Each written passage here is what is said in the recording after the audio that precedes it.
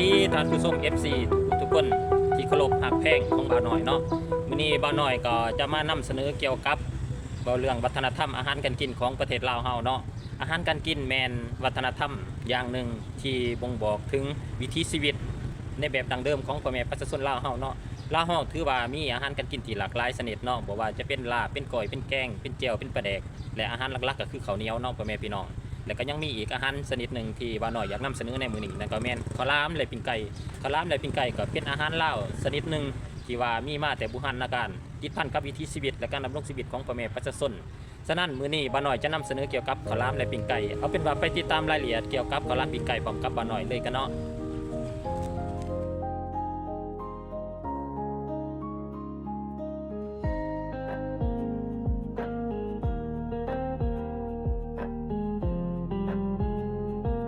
ตัวนี้ก็เป็นห่านเป็นว่าปิ้งไก่ลาดแซ่บเป็นว่า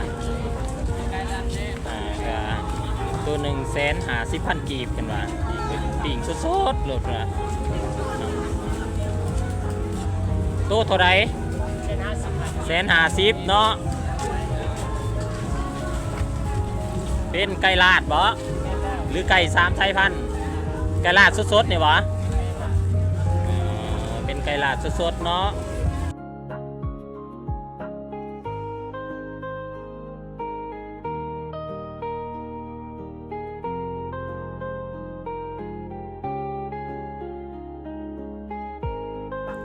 ข้าวหลามและปิ้งไก่แม่น2เมนูอาหาร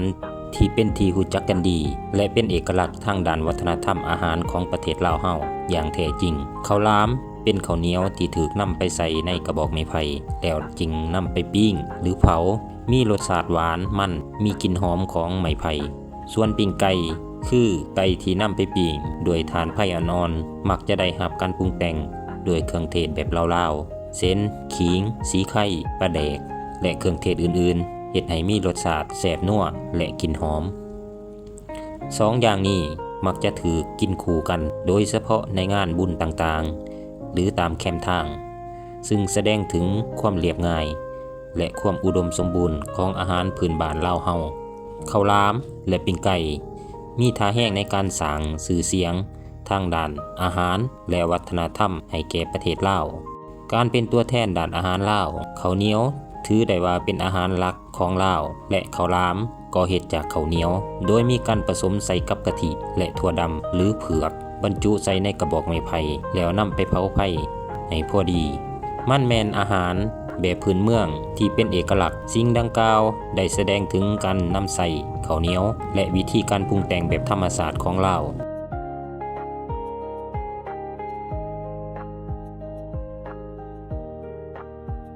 สำหรับปิ้งไก่ของลาวมีรสชาติที่โดดเด่นด้วยเครื่องหมักที่เป็นเอกลักษณ์เส้นหัวสีไข่หัวหอมปอมกระเทียมขิงปลาแดกและน้ำปลามันเป็นตัวอย่างที่ดีของอาหารตามถนนสีไข่อ๋ออยู่นครหลวงนี่เนาะนึกว่ามาแต่พ้นโท่งนึกว่ามาแต่บันเกินบ่เนาะข้าวหลามเฮาหับมาแต่ไสสั่นเขาเฮ็ดเองเป็นข้าวหลามนครหลวงข้าวหลามอันนั้นสีไข่เนาะพ่อแม่พี่น้องมีบังเท่าไรแน่นี่ตัวไร30 40 บอกแน่20 30 40ตัวยาวเด้ตัวยาว80พ่อแม่พี่น้อง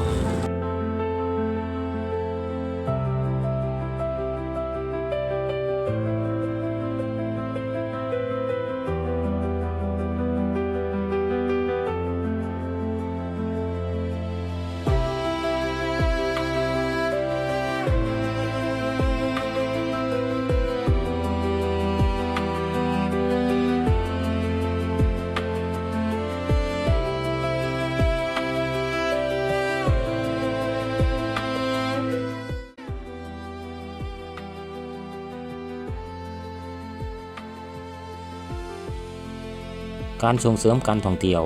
ประสบการณ์ทางด้านวัฒนธรรมนักท่องเที่ยวที่มาเยี่ยมยามประเทศลาวสามารถสร้างประสบการณ์ที่แท้จริง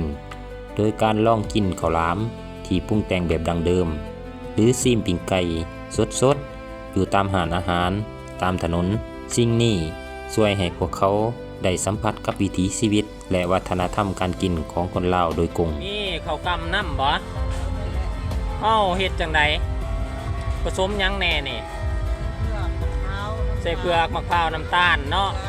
ไม้ที่มาเฮ็ดนี่ไม้ไผ่ชนิดใด ใบข้าวหลาม ไม้ ใบข้าวหลามซื้อใบข้าวหลาม เป็นไม้ขอลามก็เจ้าเอามาแต่ใส่ไม้ขอลามตัวนี้ ข้าวหลามมันจะมาจากบ้านนอกแบบมันจะปลูกที่บ้าน ปลูกเอาหวะหรือว่าไม้ธรรมศาสตร์ ไม่ธรรมชาติเลย อ๋อไม้ขอลามโดยเฉพาะบ่แม่นไม้ปอบ่แม่นไม้เหี้ยไม้เฮ็ดขอลามโดยเฉพาะเนาะมาแต่ไสเกาะ มันจะ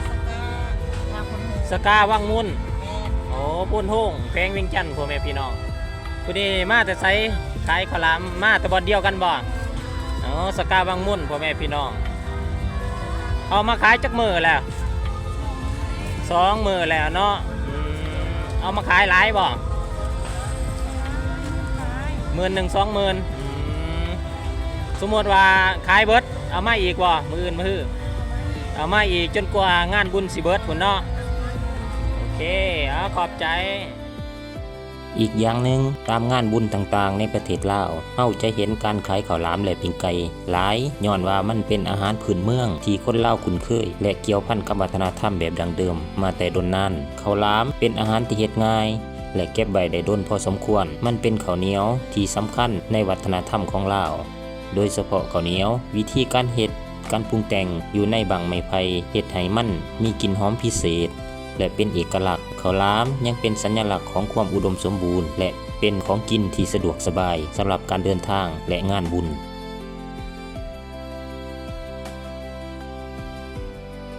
ส่วนปิ้งไก่แม้นเป็นอาหารที่คนส่วนใหญ่มักกินและมีรสชาติที่แซ่บปิ้งไก่กินคู่กับข้าวเหนียวและข้าวหลามได้ดีมันเป็นการผสมผสานที่สมบูรณ์แบบย้อนการปิ้งที่ใส่ไฟอ่อนๆเฮ็ดให้มันมีกลิ่นหอมมันเป็นการดึงดูดความสนใจของผู้คนที่กายไปกายมาในงานบุญได้ดีสรุปแล้ว2 อย่างนี้จึงกลายเป็นคือกับมาตรฐานของอาหารในงานบุญเพราะมันเป็นอาหารที่ง่ายต่อการขายการปรุงแต่งสามารถปรุงแต่งเทื่อละหลายอันใดดีเป็นอาหารที่หลายคนมักกินอาหารที่ทุกเพศทุกวัยสามารถกินได้สะดวกสบายต่อการกินเหมาะต่อการย่างกินในงานบุญ2 อย่างนี้จึงเป็นสิ่งที่ขาดบ่ได้เลยในงานบุญต่างๆเพื่อตอบสนองกับความเห็นของต้องการของผู้ที่มาเที่ยวงานบุญและมวลซื่นในงานบุญการส่งเสริมด้านการตลาดสู่สากลเฮาสามารถเผยแพร่ตามสื่อต่างๆโดยการนำเสนอข้าวหลามและปิ้งไก่ผ่านรายการอาหารหรือคลิปวิดีโอ YouTube หรือสื่อสังคมออนไลน์ต่างๆโดยเน้นใส่ความแตกต่างและความดั้งเดิมของอาหารลาวนอกนี้เฮายังสามารถนำเอาอาหารทั้งสองอย่างไปจัดวางแสดงในงานเทศกาลอาหารสากลเพื่อให้คนต่างประเทศได้ชิมรสชาติอาหาร2 ชนิดนี้2 มื้อเลยเนาะมื้อวานนี่กับมื้อนี้เนาะเอามาหลายบ่20,000เนาะมีบังเท่าใดแน่นี่ตัวนี้30ตัวนี้เด้โอ้15 20มีหลายราคาเนาะพ่อแม่พี่น้องมี30 15 20เพิ่นมาแต่ทางแบงนาโพเนาะเมืองพนโฮงเมืองพนโฮงเนาะสรุปได้สั้นๆว่าข้าวหลามและปิ้งไก่สามารถเป็นทูตทางด้านอาหารลาวที่ดีเลิศเพราะมันเป็นอาหารที่เรียบง่ายแซ่บและมีลักษณะเฉพาะตัวที่ติดพันกับข้าวเหนียวซึ่งเป็นจิตวิญญาณของคนลาวนอกจากอาหารลาว2 อย่างนี้ลาวยังมีอาหารอื่นๆเคียงคู่กันลาบก้อยต่างๆที่สร้างชื่อเสียงด้านมรดกวัฒนธรรมอาหารลาวไปยังสายตาสากล